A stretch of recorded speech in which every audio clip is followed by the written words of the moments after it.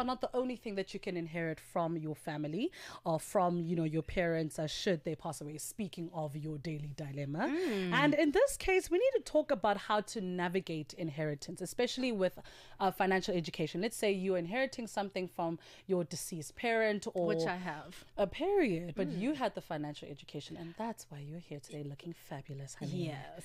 Joining us is Shaun, Meintjes, who is the financial advisor and franchise principal at Consult by Momentum, to talk a little bit more about inheritance and unexpected inheritance. Shaun, thank you so much for joining us. Listen, I don't think this is something, that we kind of secretly want, should that particular incident take place with our parents or our family members. But what happens when someone receives an unexpected inheritance? What are the first actions should we be taking? 100%. Thank you, Poppy Ntshongwana. Thank you for having me today. So one of the first actions that you should take at that point is to meet with a financial advisor. It's very important to have a relationship with an existing advisor at that point, because it can be a very emotional process, and you don't want to make mistakes at that point. So I would always recommend to have an advisor up to that point. And there's also a responsibility on your parents to make sure that you are educated financially. You don't know at which age you will be when you pass away. So it's their responsibility, to have that relationship in place. I've got a 7-year-old son, and I think it's important to just phase them into it, so it's not a big shock, the day it may happen. So, Shaun, chat to us about the common mistakes that people make in this situation. What do we see often? Yeah, so what we see often is children inheriting a large sum of funds and, just blowing it at the beginning. The problem with that is, they've got friends who suddenly become best friends because they know there was a little bit of an inheritance, or that uncle that you have never heard about. And suddenly he steps into the picture.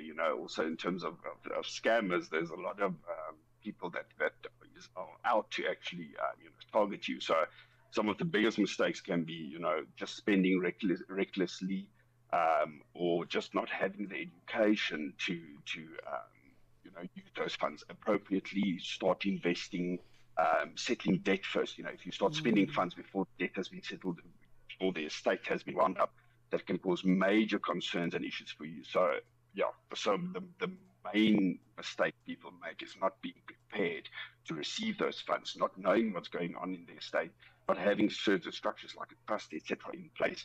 So it's always important to, just have the basics in place and avoid those mistakes as far as possible. We know everybody was young. We know how we thought about money at a very young age, and it's important to just be educated in that. And your parents have to take that responsibility from our perspective to, put the right steps and structures in place.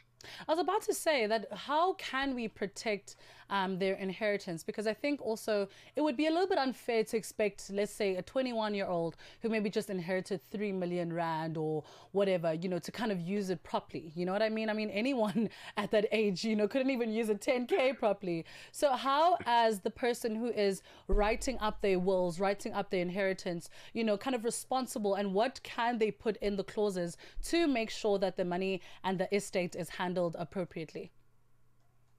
100%. So firstly is to have a valid will. Please, that's step one. So have a valid will that is executable, which means, the right stuff is written into that will, something that can be executed then. And then in the will, if your children are still minors, you have to write it that they need to draw up a testamentary trust. So testamentary trust means that they will care for the minors up to a certain age that you determine, and they will pay the expenses, pay the school fees directly. Just make sure that the funds are used appropriately, and you have a testamentary trust in place up to a certain age. I always recommend an age of at least 25 years old, because if you finished with school, 18-year-old. Brand new Polo GTI would be the first best thing that a lot of 18-year-olds R line, even the R line. R line, exactly. And Polo these days is not 200,000 anymore. So anyway, so I recommend having an age of at least 25. You know your child, they are a little bit older, if they are responsible in general and then with money. So I would have that testamentary trust in place up to at least an age of 25. So in effect, they pay for all of their expenses, make sure that everything is paid. If they want to go study, studying fees are paid directly to the institution. And at the age of 25, or whichever nominated age, then they get access to whatever lump sum is available in that. So that is one of the most important things to do. If your child firstly is a minor, it's a must.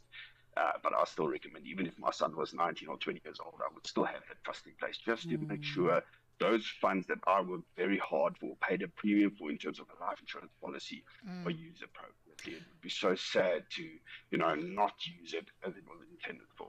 Shaun, let's chat wealth building opportunities. What is the smartest thing to do when you get a lump sum via your inheritance?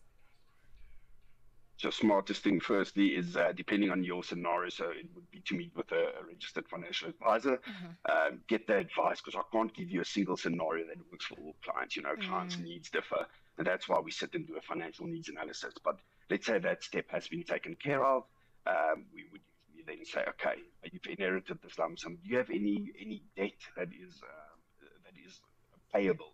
School fees that was still outstanding, any form of debt. So first, settle debt. The compound interest is the eighth wonder of the world, but only if it works for you and not against you. So I would say settle debt firstly, and from there then start having firstly an emergency fund in place of 3 to 6 months of net salary. And after that, you start with your wealth building. You have to cater for retirement, use a tax-free savings account. There's so many structures, but there's not one single winning recipe for all clients. Otherwise, it would be very easy for everybody to follow that winning recipe. Sure. So that's why it's important. Have a registered financial advisor. They should have your best interest at heart and just guide you in the right direction.